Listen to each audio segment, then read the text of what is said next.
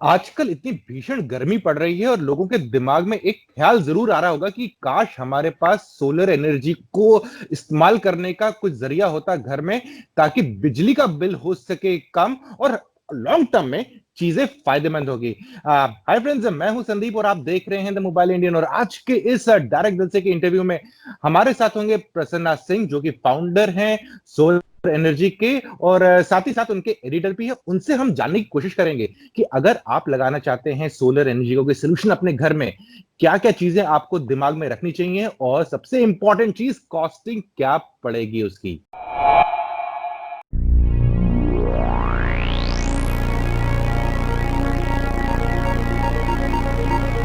हे हाय प्रसन्ना, क्या हाल चाल है आपके?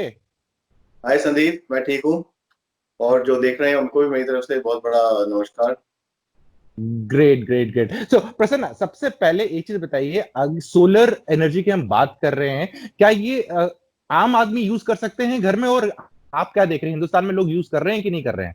देखिए, यूज तो बिल्कुल कर सकते हैं। और तो अभी जो हम लोग बोलते हैं आम आदमी वाला जो सोलर हो गया, जिसको रूफटॉप सोलर बोला जाएगा, जी। उसका अभी इंडिया में जितना फैलना चाहिए था उतना फैला नहीं है। लेकिन आज की हम्म तारीख में काफी स्टेट्स में काफी स्टेट्स में hmm in fact thanks to government subsidies बोलिए या लोगों का अपना अवेयरनेस बोलिए, काफी काफी लोगों ने उसको यूज करना शुरू किया है। और अब तक मेरे ख्याल से इतना समय निकल गया है कि काफी लोगों का एक्सपीरियंस भी बाहर आया है कि उनकी कितनी सेविंग्स हो रही हैं, क्या फायदा हो रहा है या क्या क्या उसमें प्रॉब्लम्स आ रहे हैं। काफी इंफॉर्मेशन बाहर उतर के आई है अभी। राइट। और अगर बात करें सिंपल शब्दों में, अगर मैंने एक रूफटॉप सोलर अपने घर में लगाया है, तो मैं उससे क्या क्या चीजें चला सकता हूँ? देखिए, रूफटॉप सोलर में दो ऑप्शन है आपके पास। हम्म क्योंकि रूफटॉप सोलर का मतलब हो गया कोई जैसे 200 वॉट या 300 वॉट जो छोटे छोटे सिस्टम आते हैं, जिसको हम डिस्ट्रीब्यूटेड सोलर बोलते हैं, जिससे आप अप्लायंसेस चलाते हो जो डायरेक्टली कनेक्टेड होते हैं, वो नहीं होगा। रूफटॉप सोलर का मतलब हम्म है या तो आप ग्रिड कनेक्टेड सोलर है आपका। इन दिस केस हम्म आपका सोलर आप लगवाते हो, वो आप जो बिजली प्रोड्यूस कर रहे हो, उत्पादन कर रहे हो, वो सीधा ग्रिड में जाता है और आपके हम्म उसमें से एडजस्ट हो जाता है बिल में। दूसरा ऑप्शन है कि पहले वो बिजली आपके अपने यूज में आता है और अगर कुछ भी सरप्लस बचा होता है तो वो वापस हम्म ग्रिड में चला जाता है, उससे आपकी बचत होती है। तो ये रूफटॉप सोलर में यही दोनों ऑप्शन है। तीसरा वैसे कहने को ये भी है कि आप स्टोरेज सिस्टम लगा रहे हो अपना, आप ग्रिड के मेंबर ही हम्म नहीं हो, आपने ग्रिड से अपने आप को अलग किया हुआ है, स्टोरेज में यूज करके स्टोर करके आपको जब मन चाहे स्विच ऑफ करके आप उसमें अपना जो स्टोरेज में बिजली है उसका यूज कर रहे हो आप। बट वो नॉर्मली काफी राइट। महंगा सो पड़ता है, प्रसन्न, कम यहाँ लोग पर ही कर आपने ग्रिड ग्रिड के बारे में बताया, तो ग्रिड बेसिकली वही होता है ना, जो हमारे घर में बिजली आ रही है जी पावर हाँ। लाइन से, तो उसी में जी हाँ। वापस हम बिजली देते हैं। तो मतलब वही सेम उसका अलग से सिस्टम लगता है या कुछ होता है उसका, क्या होता है उसका? इसमें अलग से सिस्टम लगता है, एक जो हम बोलते हैं बाई डायरेक्शनल इन्वर्टर होता है। वो आपका ट्रैक करता है कि कितना कितना बिजली आपने कंज्यूम किया और फाइनली जब आप उसके कारण आप ग्रिड में वापस बिजली भेज सकते हैं, वो उसका हम्म इंतजाम करवाता है। उसके सिवाय नॉर्मल कुछ बहुत ज्यादा कॉम्प्लिकेटेड सिस्टम नहीं है। आपका जो सोलर इंस्टॉलर होगा वो आके सर्टिफाइड होते हैं, वो आपके घर पे लगा देगा पैनल्स, ऊपर मॉड्यूल से पैनल्स पूरे के पूरे। एंड जो प्रोडक्शन रहेगी, आप टिपिकली आजकल तो सब में ऐप भी आती है, तो आप ट्रैक कर हम्म सकते हैं आप डेली कितना कंज्यूम कर रहे हैं, कितना प्रोड्यूस कर रहे हैं। तो काफी ट्रांसपेरेंट सिस्टम हो गया मेरे हिसाब से, काफी एज कम्पेयर टू 5 years बैक। जमीन आसमान का फर्क है in terms of efficiency, in terms of cost, in terms of quality and in terms of ease of use. Right. जो हो आज की तारीख में सोलर लगाना हो गया आत्मनिर्भर होना इन वे, क्योंकि आप अपनी ओके। बिजली खुद प्रोड्यूस कर रहे हैं, तो इन वे वो भी जी अच्छी। जिसकी भी कंजम्पशन एक लेवल के ऊपर है, जैसे मान लीजिए जी। आपका महीने में हार्डली 150 यूनिट कंजम्पशन है, 200 है, शायद उसमें सोलर जस्टिफाई ना कर पाओ आप। बट जिनकी भी कंजम्पशन 300-400 यूनिट के ऊपर है महीने की, उनको सोचना चाहिए इसके बारे में, स्पेशली अगर रूफटॉप में जगह है तो। राइट। तो सूर्य देवी की मेहरबानी से आप सेल्फ रिलायंट बन सकते हैं आज की डेट में। बिल्कुल। तो राइट। तो प्रश्न एक बताइए, अगर कोई एक नॉर्मल जो टिपिकल सिनारी होता है इंडिया में, 2 BHK फ्लैट्स होते हैं जिसमें 3 फैन होंगे, ट्यूबलाइट्स होंगी, और साथ साथ फ्रिज होगा, टीवी होगा, अगर ये सब हमें चलाना है तो हमें कितनी कैपेसिटी का सोलर पैनल लगाना चाहिए? ठीक, जैसे मैंने आपको बोला, अगर आपका मंथली बिल कंजम्पशन, अगर आप औसतन लेंगे तो मान लीजिए 1500 रुपए के ऊपर आपका हर महीने बिल आ रहा है बिजली का मिनिमम, ठीक है। तो उसका ठीक मतलब है। है आपका जस्टिफाई हो जाएगा। टिपिकल जो रूफटॉप सोलर होगा 2 या 3 किलोवाट का जो इंडिया में लगता है, क्योंकि उतनी ही जगह होती है या हम्म उतने ही अमाउंट तक सरकारी सब्सिडी मिलती है ज्यादातर। तो हम्म उतने साइज का अगर आप सोलर लगाएंगे, तो वो कम से कम आपका ये 2 पंखा, तीन मतलब 3 पंखे, 5 लाइट, एक टीवी, उतनी बिजली आपको प्रोड्यूस करके दे देगा। तो आपका वो जो बिल होगा, आपका जो 1500 रुपये वाला बिल आता है, हो सकता है वो ऑलमोस्ट जीरो के करीब आ जाए। अरे बढ़िया है। तो अब ये बताइए कि अगर ये जो 2 किलोवाट का रूफटॉप पैनल कोई लगाना चाहता है तो इसकी कॉस्ट कितनी पड़ती है? सी, ये कॉस्ट बड़ा इंटरेस्टिंग मामला है इंडिया में। ये क्योंकि ये सोलर हमेशा सब्सिडाइज किया जाता था रेजिडेंशियल कैटेगरीज में सरकार द्वारा, तो हर स्टेट गवर्नमेंट अपनी अपनी पॉलिसी निकाल के आती है और एक सेंट्रल सब्सिडी भी मिलती है। तो क्योंकि क्या होता है सेंट्रल सब्सिडी में, it's like a quota system, कि सेंट्रल सब्सिडी हम्म। आपके लिए इतनी डिसाइड हुई, तो वो स्टेट डिसाइड करेगा कि चलिए इतनी सब्सिडी में मैं करीब 40 मेगावाट, 50 मेगावाट, 20 मेगावाट अलग अलग वॉल्यूम्स सोलर लगा सकता हूँ रूफटॉप में based on the amount of subsidy. कई स्टेट हम्म। गवर्नमेंट्स हैं जो अपने हिसाब से भी और सब्सिडी ऐड ऑन कर देती हैं उसमें। जैसे ये यूपी में कुछ स्कीम निकली थी जहां पे स्टेट गवर्नमेंट भी अपनी तरफ से सब्सिडी ऐड कर रही थी, तो आपका इफेक्टिव कॉस्ट, अगर आप 1 किलोवाट का सिस्टम लगा रहे हैं, 2 का लगा रहे हैं, हार्डली 20,000 रुपए भी नहीं था कहने को, उससे भी कम था कॉस्ट पर किलोवाट। और यही अगर आप मार्केट में बिना सब्सिडी के ट्राई करेंगे तो शायद इसका कॉस्ट राइट फ्रॉम 35,000, 30,000 से लेके 50,000, 60,000 तक जा सकता है। इनफैक्ट बेंगलुरु जैसी जगहों में तो 80,000 के कोट सुनने को आपको मिलेंगे। तो वो डिपेंड करता है। राइट। तो तो ये 20,000 बॉटम लाइन लगा ये के है कि हर स्टेट की अपनी पॉलिसी है। जैसे आज की तारीख में दिल्ली में अभी जो करंट स्कीम चल रही है गवर्नमेंट की, उसमें आपका पहले 3 किलोवाट का कॉस्ट करीब करीब 22,000 पर किलोवाट लेके चलिए, उतना पड़ेगा। उसके बाद 3 किलोवाट के बाद सब्सिडी कम हो जाती है, 10 के बाद तो मिलती ही नहीं है। तो दिस इज मेंट फॉर छोटे छोटे सेटअप, छोटी जगहों के लिए। राइट, यानी कि अगर 2 से 3 किलोवाट का आप कोई सेटअप लगाता है तो उसकी पूरी बिजली की नीड पूरी हो जाएगी और लागत 20 से 25,000 रुपए के बीच में लगेगी। लेकिन इसके अलावा और कोई कॉस्ट होती है इसमें, मेंटेनेंस कॉस्ट साल भर की या कुछ और चीजें? 20 से 25,000 पर किलोवाट।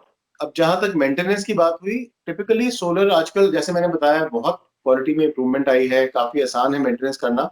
अगर मैं बहुत ही सिंपल भाषा में बोलूं तो मेंटेनेंस का आपको केवल महीने में 2 बार आपको हल्का सा ये मॉइस्ट कपड़े से पैनल्स को वाइप कर देना है जैसे एक्चुअली। किचन में आप अपना साफ कर देते हैं स्लैब, वैसे ही ऊपर ऑलमोस्ट जाके बस साफ कर। पैनल्स को ओके। इतना ड्राई कर ताकि डस्ट ज्यादा एक्यूमुलेट ना हो, क्योंकि डस्ट होने से आपकी एफिशिएंसी कम हो जाती है। अगर आपकी किस्मत अच्छी है, आपको अच्छा मटेरियल मिला है, आपने ध्यान दिया है, तो that is more than enough. कभी कभी उसके ऊपर जरूरत पड़ती है, but typically again her state में जो उन्होंने पैनल वेंडर्स दिए हुए हैं उन सबके साथ कंडीशन होती है कि 5 साल 3 साल का वारंटी भी होती है, मेंटेनेंस वारंटी होती है। तो पहले 5 साल कम से कम वेंडर्स आपका आके मेंटेन करने में हेल्प करेंगे। दूसरा यह है कि आप ये जो सब्सिडाइज रेट्स हैं, अगर आप जो हम बोलते हैं इंग्लिश में रिटर्न ऑन इन्वेस्टमेंट, उस हिसाब से देखेंगे टिपिकली दिल्ली जैसी जगह में अगर आपका प्रॉपर प्रोडक्शन हो रहा है 3 किलोवाट में और आपका उतना बिल ऊंचा आता है, तो मेरे ख्याल से आपका पे बैक पीरियड हार्डली 3 साल 4 साल में पूरा पे बैक हो ही जाएगा। तो वो फैक्टर भी आपको मन में ध्यान रखना चाहिए। इंटरेस्टिंग। और प्रश्न आपने स्टार्ट में कहता आत्मनिर्भर बनने की ये पहली पहल हो सकती है आपके, तो इसमें ये बताइए जो भी सोलर पैनल्स है जैसे रूफटॉप सोलर है तो इसका main important component is panels. क्या ये पैनल हिंदुस्तान में मैन्युफैक्चर होते हैं या इंपोर्ट होते हैं बाहर से? बिल्कुल, पैनल जरूर बनते हैं इंडिया में। और जो स्पेशली रेजिडेंशियल रूफटॉप आपका सेगमेंट है जहां पर सब्सिडाइज है, वहां पर कंडीशन है कि आपको डोमेस्टिक कमर्शियल रिक्वायरमेंट जो डीसीआर बोलते हैं, कंपोनेंट रिक्वायरमेंट, तो डोमेस्टिकली प्रोड्यूस ही होते हैं पैनल्स। एंड इन सबकी क्वालिटी में ऐसा कोई खराबी नहीं है, ठीक ठाक है, एफिशिएंट होते हैं। एंड 2-4 एस्टेब्लिश कंपनीज हैं, इन लोगों ने भी अपना सारा सर्टिफिकेशन करा के अप्रूवल लिया है, तो इन पे ट्रस्ट किया जा सकता है। राइट, यानी कि इसमें पूरा इंडिया का पूरा अच्छे से योगदान है और आप अगर आप बिल्कुल। इंडियन प्रोडक्ट्स को यूज करना चाहते हैं तो गो एहेड और सोलर पैनल अपने घर में लगा लीजिए। अब यहाँ पर एक और सवाल उठता है कि अब आजकल बहुत सारी जगहें ऐसी हैं जो लंबी लंबी बिल्डिंग्स हैं, सोसाइटीज हैं, तो कोई फर्स्ट फ्लोर पे रहता है, कोई सेकंड फ्लोर पे रहता है, उनके लिए क्या रूफटॉप सोलर पैनल लगाना फिजिबल रहेगा इंडिविजुअल नहीं, मेरे कैपेसिटी में? ख्याल से अगर आपके पास जगह ही नहीं है ज्यादा या सन फेसिंग नहीं है, जैसे south facing is suppose to be very good, वो है ही नहीं, तो मुश्किल हो जाएगा आपके लिए। बट आई थिंक सोसाइटीज के लिए भी आजकल स्कीम्स निकली हुई हैं काफी स्टेट्स में, जहां पर society at a collective level, जैसे आपकी कॉमन एरियाज होती हैं, कम से कम आप उनके हिसाब से अपना सोलर करा सकते हैं। कई सोसाइटीज में काफी वेल प्लेस्ड ओपन पार्किंग है, आप वहां पर लगा के अपने सारे जो लैंप पोस्ट हैं, गार्ड रूम्स हैं, उनका बिजली का उत्पादन करा सकते हैं उसके लिए। तो एक्चुअल ऑप्शंस मेरे ख्याल से जहां पर मन है वहां पे राह भी है। तो ऑप्शंस काफी हैं अगर आपको रियली सीरियसली करना हो तो। एंड दिल्ली में बाय द वे द्वारका इस समय कुछ सोसाइटीज ने किया है, मुझे उनकी खबर है, महीने में कम से कम 60-70 हजार उनकी बचत हो रही है in terms of their monthly bills. और उन लोगों के हिसाब से उनको खुद ही हैरान है कि उनका पे बैक काफी फास्ट आ रहा है। सब्सिडाइज उनका भी ऑब्वियसली था, लेकिन 3-3, 4-4 साल के अंदर इन्होंने ईएमआई प्लान लिया हुआ था, ये लोग लोन अपने प्री पे कर रहे हैं क्योंकि इतनी जल्दी इनका पे बैक आ गया है।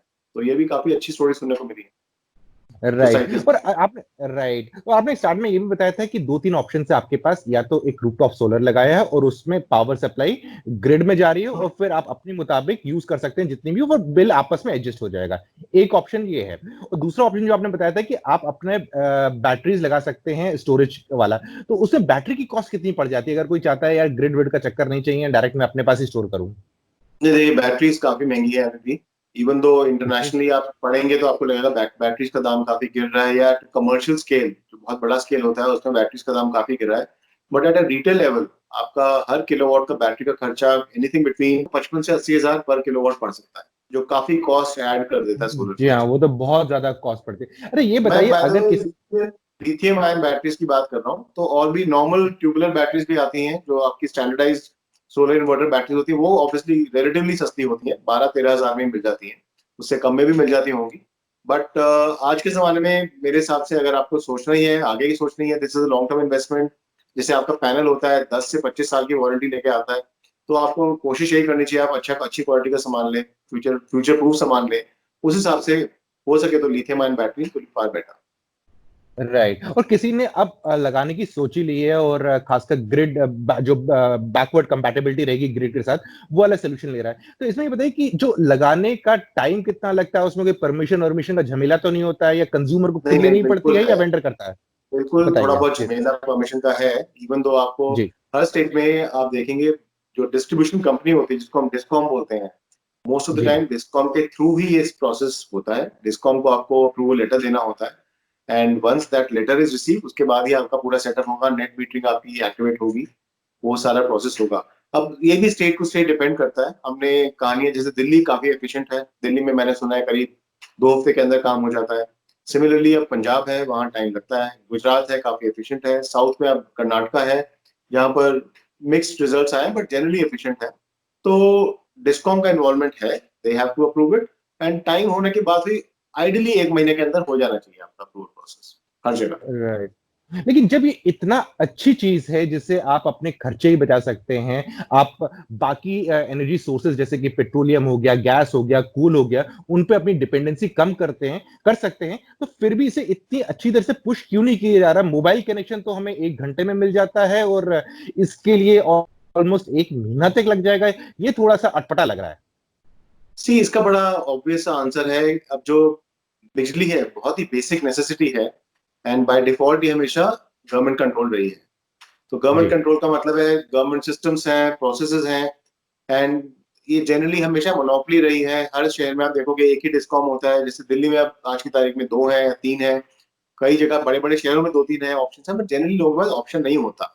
और ज्यादातर हम लोगों के देश में जो डिस्कॉम्स है, आपने शायद न्यूज में भी देखा होगा, सरकार ने अभी 90,000 करोड़ का स्कीम निकाला है उनको बचाने के लिए, क्योंकि उनका बहुत ज्यादा ड्यूज हो गए थे। तो डिस्कॉम्स का फाइनेंशियली हालत बहुत अच्छी नहीं है। तो इसके कारण क्या हो रहा है, डिस्कॉम्स हर तरीके का बहाना देते हैं कि हमारे पास लोग नहीं है इसको मैनेज करने के लिए, या हमारे पास टाइम ही नहीं है देखने का बिल्कुल भी, या वहां पर हमारा ग्रिड की सिचुएशन ठीक नहीं है ऐसे बिजली लेने की अलग अलग लोगों से। जैसे बीच में डिस्कॉम्स ने कुछ जगह बोला था कि हमें ना ग्रिड ग्रिड स्टेबिलिटी चार्ज लगा दीजिए सोलर पावर के ऊपर, 6 रुपए पर यूनिट का, जो फ्रैंकली मूर्खों वाली बातें थी, क्योंकि इतना ज्यादा चार्ज लगा के तो कोई लगाएगा ही नहीं सोलर, आपने किल ही करने वाली बात की थी। तो थैंकफुली वो सब बातें नहीं सुनी जाती।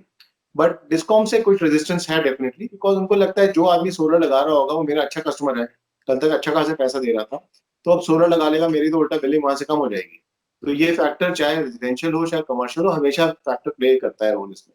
तो रेजिस्टेंस है अभी भी डिस्कॉम से, एंड मेरे हिसाब से डिस्कॉम्स को इंसेंटिवाइज करने का और कोई तरीका निकालना पड़ेगा, ताकि उनमें भी थोड़ा ये पुश आए कि हम सोलर टारगेट्स अचीव करेंगे तो कुछ होगा।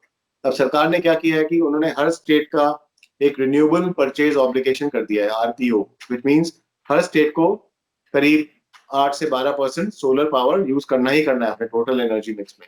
उसके कारण आप देखेंगे आप कुछ ना कुछ, बिकॉज अब उसमें फाइन्स बढ़ा दिए गए हैं, काफी कुछ किया है, डिस्कॉम शायद थोड़े और प्रोएक्टिव हो जाएंगे, शायद ये प्रोसेस थोड़ा और आसान हो जाए, तो होपफुली इंप्रूवमेंट आएगी। राइट। सो प्रसन्न, थैंक यू सो मच, आपने हमें इतनी सारी इंपॉर्टेंट जानकारी दी सोलर रूफटॉप से जुड़ी हुई, और बहुत सारे लोग जो इस टाइम पे सोच रहे होंगे शायद उनको क्लैरिटी मिल गई होगी कि अगर हम इसके साथ आगे जाएंगे तो क्या फायदे हैं और नुकसान क्या है, जो कि नुकसान ऐसे दिख नहीं रहे हैं। तो थैंक्स अ लॉट प्रसन्न for your time. Thank you Sandeep, बड़ा या अच्छा लगा सो आपसे बात फ्रेंड्स, करके।